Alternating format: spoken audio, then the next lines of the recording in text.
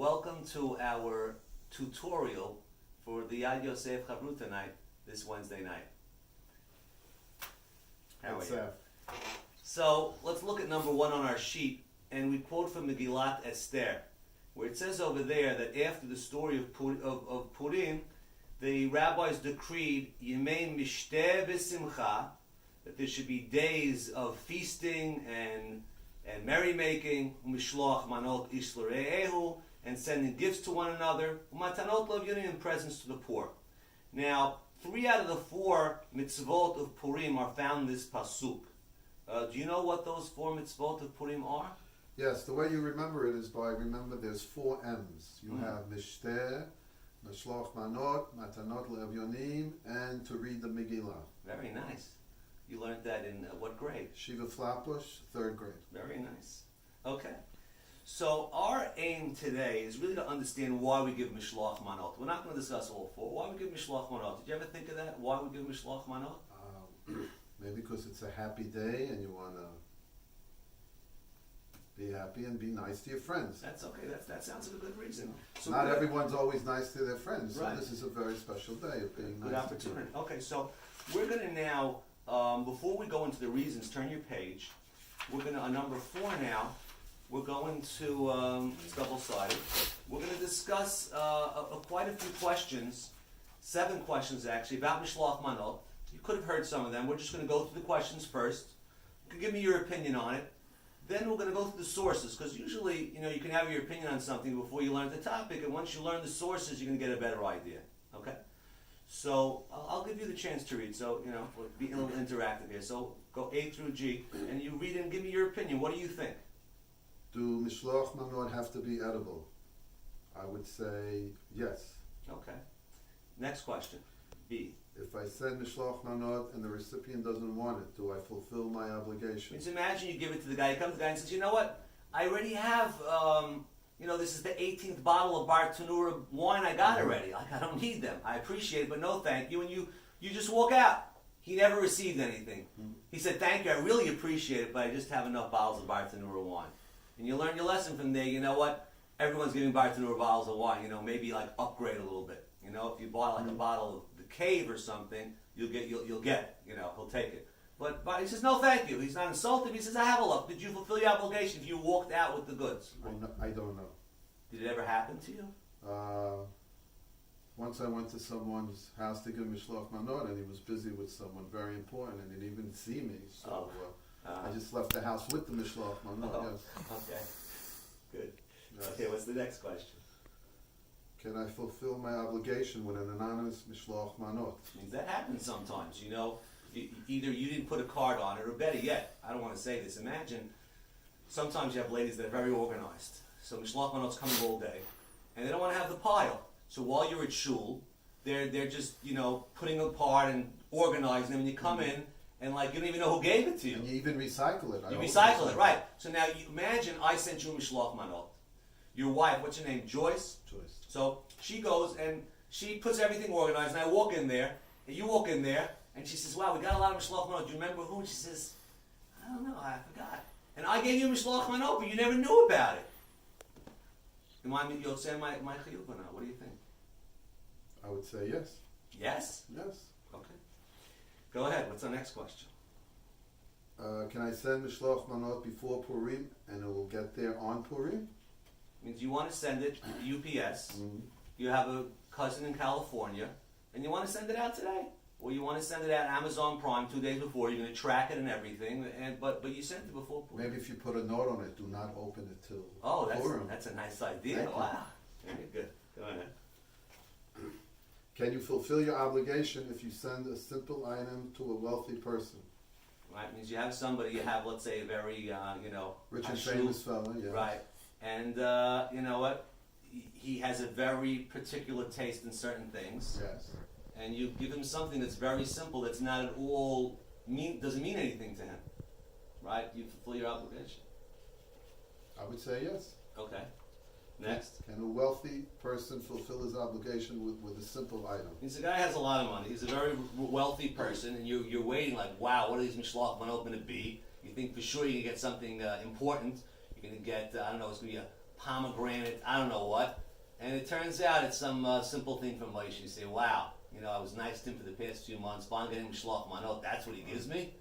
And I heard that the other guys on the block, you know what he gave them? It happened 2 years ago. There was a fellow who gave someone some shredded beef. Pulled beef. Pulled beef. Right. And then he came to my house. He gave me a bottle of water. Right. So you got, you felt bad. Very. Okay. I didn't talk to him for 2 years. Okay, good. So that's a good question. So was he Yotzei Mishloach Manot or not? He gave it to you. You ate it even. But how many Mishloach Manot you have to give to Phil? Maybe. Just one. Maybe we gave the of course. pulled beef. Right, of course. We're talking about the one. That's a very good point you made. We're talking about the one Mishloach Manot. We're not saying how many are you supposed to give? You only have to give two items to one person. That's a good point. So when he gave me the water, it was just. We really should have brought that up in the beginning. That's a good point. When it says back. Mishloach Manot Ish L'Re'ehu, so Manot means two. Right. Ish L'Re'ehu is one. It could mean Manot. Could mean two products, not two gifts. I don't know. Okay, that's a good point. Okay, we have let's see, we have one last question over here. Is it preferred to send Mishloach Manot to someone that I am in a fight with? I would say yes, because you're trying to be nice and make amends. Okay, so that's really our question. Our question is trying to figure out over here, what is the reason behind it? So let's go to number 5, because we really are, we've got to move along a little bit over here, especially since this is going to be a 15-minute video. So our first opinion is called the Trumat HaDeshen. The Trumat HaDeshen asked the question. He wants to know if you could send to your friend, I'm not going to read the Hebrew now, but in our sheets we're going to have the Hebrew English on it. Right now we just have the Hebrew. If you send to your friend on Purim clothing or other type of fabric items, do you feel your obligation? His answer is you don't. Because, and this is the important line, Tam de Mishloach HaManot Tu, in the Teshuvah section. What's the reason behind Mishloach Manot? The purpose of Mishloach Manot is to supply the man with the food that he needs for his party. No, but if he's a rich guy, he's going to have a beautiful That's spread. true, that's true. What's the point of giving a rich guy a good question. A bagel and cream cheese? That's very good. But the point is like this. We want everyone to have a Suda. And we don't know everyone's financial bracket. We're not going to go and say only give the poor people. There's some guys that are middle class that might be doing that well. We don't know. So by making everyone gives Mishloach Manot to everybody, we're going to be supplying Su'udas with people in a dignified way. You could say like a Sephardic food fund of sorts. Everyone gets. You don't know that I couldn't. One year there's a fellow that gave me these. It's a date pastry. It's you know what those are called? Like it has something like that. Yeah. And it happens to be it's an expensive delicacy now. Yes, it was very expensive. So I might not be able to afford that. But now I got that, and now that enhanced my su'udah. So that's the purpose. The purpose is to enhance people's su'udot. That's the whole goal. So someone could give you a $10 bottle of wine, and someone could give you like a $400 bottle of wine. Right. No, so that's where we're going to get into that discussion now. Very good. Very good. So that's the theme, basically, theme 1 of the Trumat HaDeshen. It's about the su'udah. Let's turn the page. We're going to skip now the Rambam extra credit, that those people that are a little bit extra credit will read the Rambam inside and get a little clearer. There's some things you can learn there. We're going to go to the second opinion. Number 7, we have a rabbi called the Manot HaLevi. When did he live? Oh, when did he live? I'll tell you what his name is. Maybe you heard of it. His name is Rav Shlomo Alkabetz. Oh, didn't he write L'cha Dodi? Very good. Poet. He was a poet. A great rabbi. He wrote L'cha Dodi. And if you look at L'cha Dodi, his name Shin Lamed Mem Hey is the four stanzas of L'cha Dodi. He's actually the full L'cha Dodi is Shlomo HaLevi. Some Spartans read the entire Shlomo HaLevi. Some read less. But yes, his name. You'll look at there next week. You'll see it in the prayers. So he says like this. His reason is the second line. We want to show that we're together. The purpose is camaraderie. At the time of the sin, Haman pointed out, rightfully so, the Jews were dispersed. And therefore we have to fix that. The truth is, both reasons are about fixing what we did wrong last time.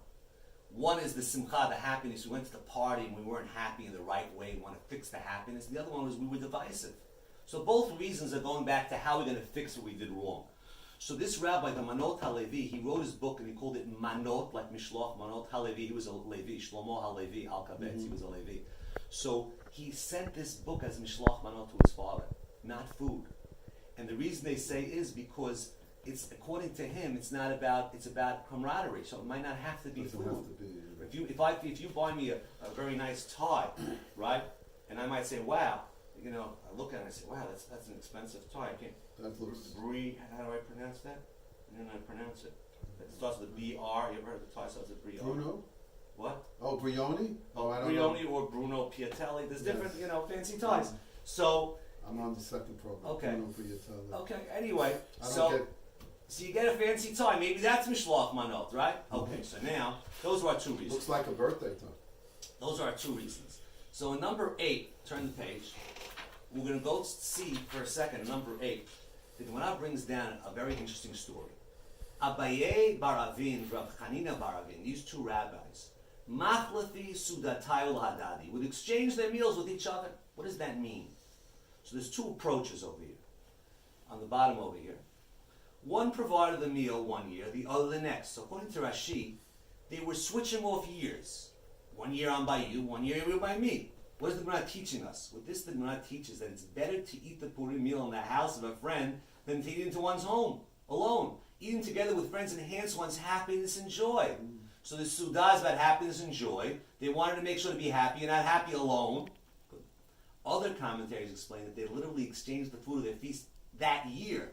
Abraham and Chanina did not have enough food for both the mitzvah of sending portions of their Purim feast. By exchanging meals with each other, they fulfilled the mitzvah of sending portions and at the same time had food for their feasts. So I send you, you send me.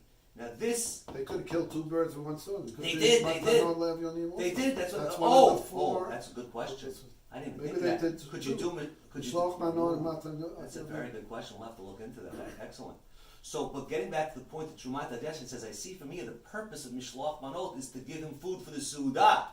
So Trumat Hadesh will say, no, maybe they were doing it every other year. It was about the happiness and camaraderie. So there's 2 ways to learn this Gemara. Now, this is going to take a little bit of effort over here. I'm going to go through it fast now, but when we're doing it with Chavruta, it's really a good time to make your mind move. Okay? So we're really going to be wrapping it up over here. We have about 5 minutes to go, so I'm going to just basically show you what's going on. Number 9, we're going to go through this. You really should take a good 10-15 minutes. We go to each side. What if it's not edible? If it's to aid the Su'udah or to create camaraderie? So we're going to go for the first 1 or 2, and you're going to check it. Okay? So if it's not edible, if it's to aid the Su'udah, do you think it gives something edible that's not edible? If it's to aid the Su'udah, can a cigar help? No. So put an X by to aid the Su'udah. If it's about camaraderie. Yes. Yes. Okay, so you're going to go through all of the 7 questions and say, let me think. Which one would apply based on the reasoning? We're going to pause now because we don't have time for our little video. Now, on the next page, just in case you need a help, you don't have it, but the updated version does. We're going to give each one. Do Mishloach Manot have to be edible? If it's for the Su'udah, it has to be edible because otherwise you won't be able to use it for Su'udah. If it's for camaraderie, it does not have to be edible because it creates the brotherhood and love regardless. So you got it right. Very good. Okay. The last section of our topic is we actually bring down for you real bottom line, because there's some people that like bottom line, and we quote from Rabbi Avadia Yosef that says, and I'll read it to you now in Hebrew and English, if you send clothing and sheets and lights, you don't fulfill your obligation. Even if you send them money to buy things, if you send them a pack of cigarettes or cigars, it does not work. Even if you know he likes it. And the Talmid Chacham can't send the Sefer because he's going with the opinion, bottom line, that it has to be for the Seudah. And the rest of the sheets will go through all of the questions. Liquid is included? Oh, that's another very good question. It's not a topic if you use a liquid. That really has to do with looking into the Gemara. If you have extra time, we're going to give the actual sheets of the Gemara. You could read through the Gemara to get more if you need some more. Maybe that $400 bottle of wine. Oh, you're right. Maybe you wouldn't even fulfill your obligation if you say my name needs a portion. Maybe wine's not a portion, so the guy was all excited to give me a $400 bottle of wine. If it has to be food, maybe it doesn't work. And the fellow gave me the bottle of water also. Right. It worked. Wow. So really, I'm very impressed. Thank you. This was very, very educational. Thank you. Thank you. Thank you.